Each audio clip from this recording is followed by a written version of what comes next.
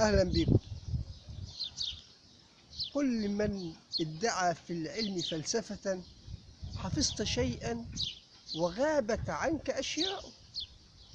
جرائم جديدة بتحصل على المجتمع المصري، بس جرائم متوقعة، لأن اللي بيحصل من تجريف للقيم وانهيار للمبادئ شيء طبيعي إن تحصل فيه الجرائم دي.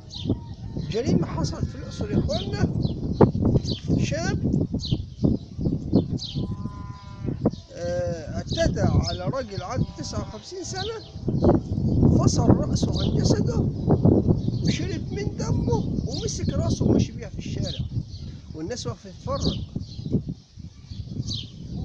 طبعا حد يقول لك دي جريمة مهولة، لكن حضراتكم اللي شايف الموقف بوضوح وشايف الموقف بعقلانية يعرف ان دي نتيجة حتمية للي بيحصل في البلد.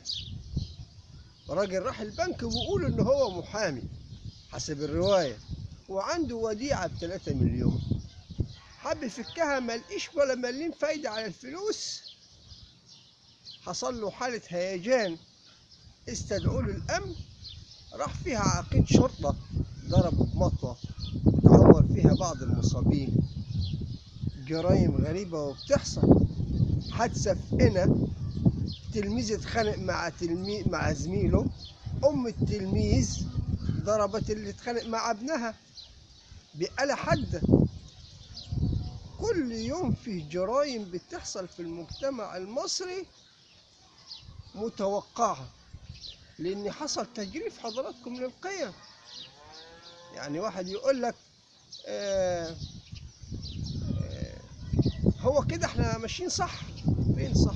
ده احنا كنا مثلا ممكن نقول ان احنا كنا شبه دولة، اصبحنا الشبه ده خلاص اختفى.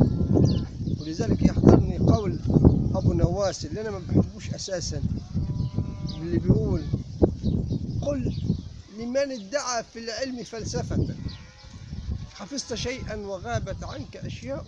بناء المجتمعات يا إخوانا بيتطلب مجهود. الفقر والقهر هم أسباب الجريمة. يعني واحد يقول لك طب المشاكل تتحل إزاي؟ الفقر معاه القهر ممكن يتوقع منه أي حاجة، واللي ما كانش متوقع إن الجريمة دي ممكن تحصل يبقى في دنيا في حتة تانية. الفقر يتلازم معه القهر، ينهار المجتمع وتنهار القيم. وربنا يستر علينا ويستر على حضراتكم ويستر على أولادنا، وربنا يعدي الأيام على خير. وفقنا الله لما فيه الخير. سلام الله عليكم ورحمته وبركاته.